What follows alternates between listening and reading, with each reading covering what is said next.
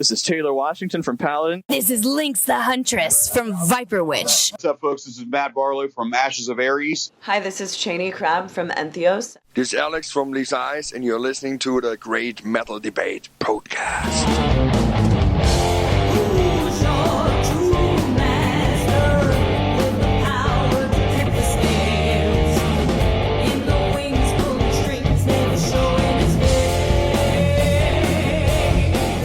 The Metal Debate Podcast returns with another amazing metal artist interview. Today I'm joined by the crew from Breaker.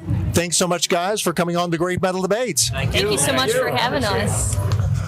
So before we get started, I've got the whole crew right here. If you don't mind, go around and give your name and tell us what you do in the band. I'm Larry TK. I play drums. I'm Ben Brower. I'm rhythm guitar. I'm Claire Murray. I'm on vocals. Stevie Lang, bass guitar. Jake Thomas, lead guitar. And so we're talking to you in Chicago, Illinois, the second day of Legions of Metal Fest. I was here early on day one. Claire, I saw you in the audience the very first set checking out the bands. It's obvious from that you guys not only are musicians, but also very much still fans of music and want to check out other bands. Absolutely. That's what keeps it fun, you know, getting to see your friends on stage and getting inspired by other bands. Like being able to play on a festival like this by bands that I've been listening to for years, and I don't know, it's an honor to be on the same stage as bands like Regiment and Wanted and Void and all them. It's very cool. Yeah, we're fans of all these bands too, like the legendary bands like Omen and Heathen. It's an honor to be here and a great privilege. There are some great bands on the bill this week. Were there any in particular that you guys were excited or maybe surprised hadn't seen before and surpassed your expectations? High Castle from Arizona. They were fantastic. I can't wait for them to put music out. Another female-fronted band, female-fronted, quote-unquote. Very excited to see girls on stage, you know. Night was amazing. They were like, such a great performance. I mean, they just look like they're bound for like bigger things. I mean, they're already, they look amazing. They sound amazing.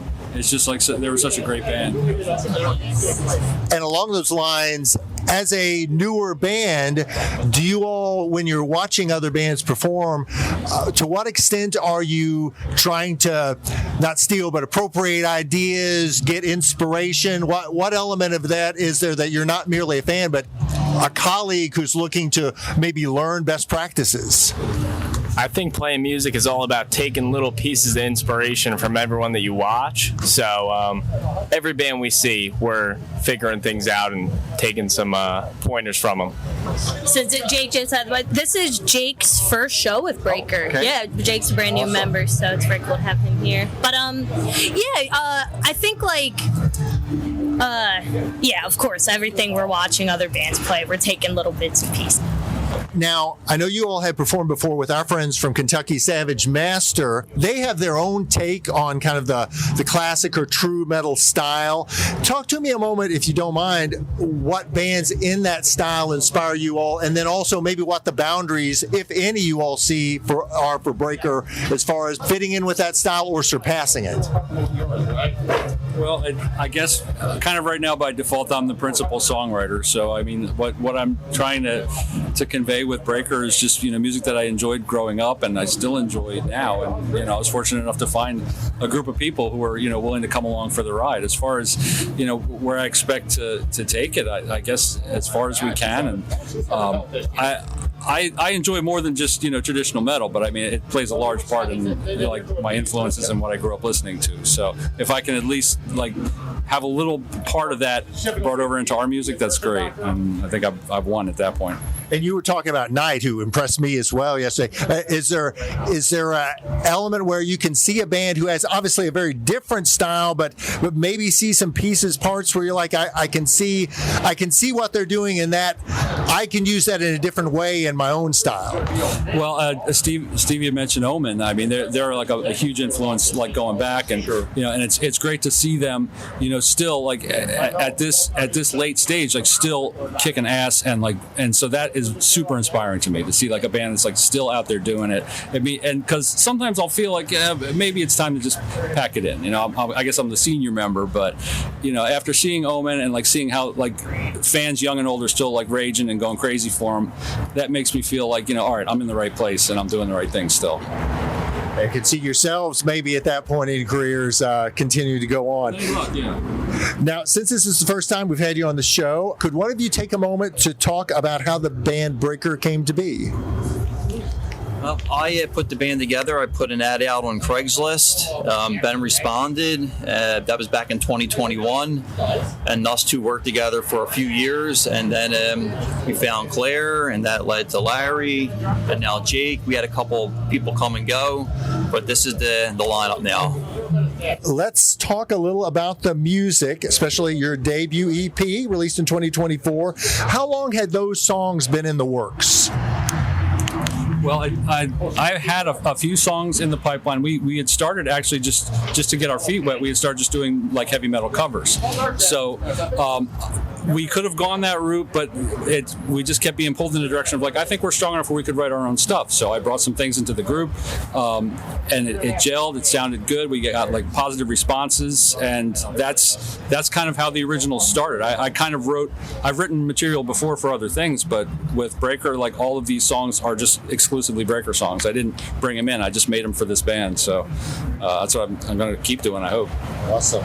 I want to talk about a few of the songs, not every one of them because we don't have that much time, but Tight Leash, that's one to me that really, as I listen to the EP, that kind of feels like the band. It's gritty yet melodic. A little nostalgia, but not too retro. Am I onto something? Am I missing it? You said the word gritty. We're from Philly. That's kind of our entire mascot. But yeah, I feel like that song definitely highlights our groove the most. It's got the hard rock. It's still metal. Just rock and roll. Yeah. And Fever is another one of my faves. I really love the keyboards that are kind of floating in the background, subtly, but they're there. And of course, the great vocal melody. Were there any particular influences or styles that you all were going for when that one was composed? Fever? Wasp. That is almost completely an homage to Fuck Like a Beast by Wasp. Awesome. Yes. And whenever, because I wrote it with our old guitar player, Tegan, it was like that, and we had just seen Aerosmith. So I was like, oh, this is like a Love in an Elevator type song, Mixed with Wasp. And now I understand Breaker has some new music on the verge of being released. Who wants to tell us about that? All right. Well, I guess we have a 2-song single coming out with our title song from us is called In the Wild. That's the name of the single. And we've paired it with another cover from a fantastic New York band from back in the day called Black Lace. If you're not familiar, definitely get familiar. And we were fortunate enough to have Carlo, the guitar player from Black Lace, cut the solo. The original guitar player from Black Lace cut the solo on the song Call the Wild, and we're really happy with it. We can't wait for everyone to hear it. And will you be playing either of those songs live tonight? Tonight, what we're doing In the Wild tonight, and we got the Black Lace one in the pipeline. So awesome. That's coming up. Now, with at least one new member in the band, and as you said, kind of a solidified lineup, what's it look like on a regular basis for you guys? Do you practice together regular live? Do you get on Zoom? Like, how does that work? And especially as you're working up toward something like Legions of Metal Fest, where you want to get in a tight groove and maybe work out any kinks between. What's the process there? We rehearse live. We enjoy, and we do our homework. So that's how we practice every week. Yeah, we're always meeting up on Saturdays or Sundays. And then as far as like song ideas, we have a Google Drive. That's been really helpful. And And then we have a band group chat that's always popping off every day. And we have our own studio. Awesome. So regularly getting together. Awesome. Since you are from Philly and have been pretty vocal a few times in this interview about pointing that out, I'm always curious, especially post-COVID, the health of different music scenes, because at least where I'm from, like there's some cities and areas where I feel like it's really exploded, and then other areas where maybe venues have closed and the music scene has taken a step back. What's the health of the scene like in Philly, in particular for hard rock and metal bands? It's such a close-knit community of people. I remember shows before COVID, and it's the same people coming out to the shows now. There have been a few venue closures and stuff for sure since COVID, which is unfortunate. But you can always expect, especially like in this like heavy metal scene, it's familiar faces. It's still going strong. Maybe not as strong as it was before COVID, but I think it's just as good. People were just, COVID happened. People were just couldn't wait to get out the house and go back to seeing shows.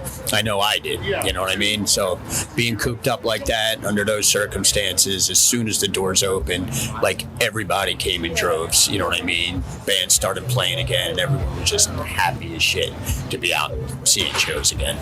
So. Well, I'm sure with Breaker as part of the scene now, that's going to just increase the element of passion and excitement in the Philly area. So starting to wrap up with you guys, what are the band's plans following Legions of Metal Fest, and when can fans expect the follow-up to your self-titled debut EP? I guess I could probably field that. Well, once we get home, we've got Jake in the band. We're really going to try and start pushing towards drilling the new material.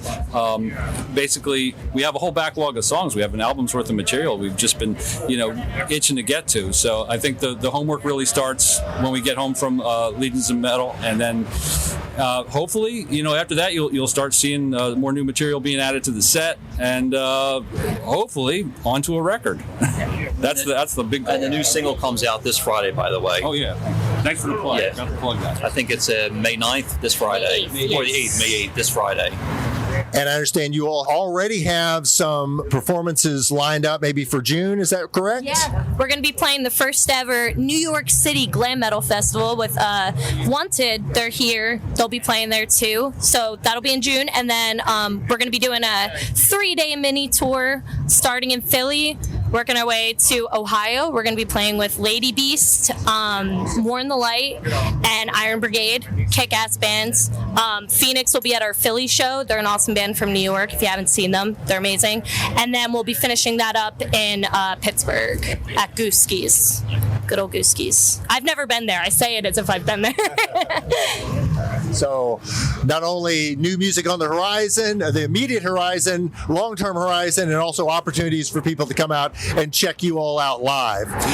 Final question, what's the best way for fans to purchase music and merchandise from Breaker, including your debut self-titled EP? Breaker with 2 Ks .bandcamp.com. We also have our CD out through Heaven and Hell Records. We're going to be putting out another CD with them soon. It'll be some live songs as well as the 2 new singles we're putting out. That'll probably be towards the end of June, but those are the 2 places where you can get our stuff. All streaming services, YouTube, yada, yada, yada. And come out to those upcoming shows and purchase it from you in person, just like I did earlier at your merch booth. So that's a great way to support you all as well. Well, guys, this will be my first time to see you all perform live. I'm so stoked about it. Just been jamming to your all's music, and I'll be down front banging my head as you perform. So good luck, and thank you all so much for coming on. Thank you so much. It's so nice meeting you. Sir.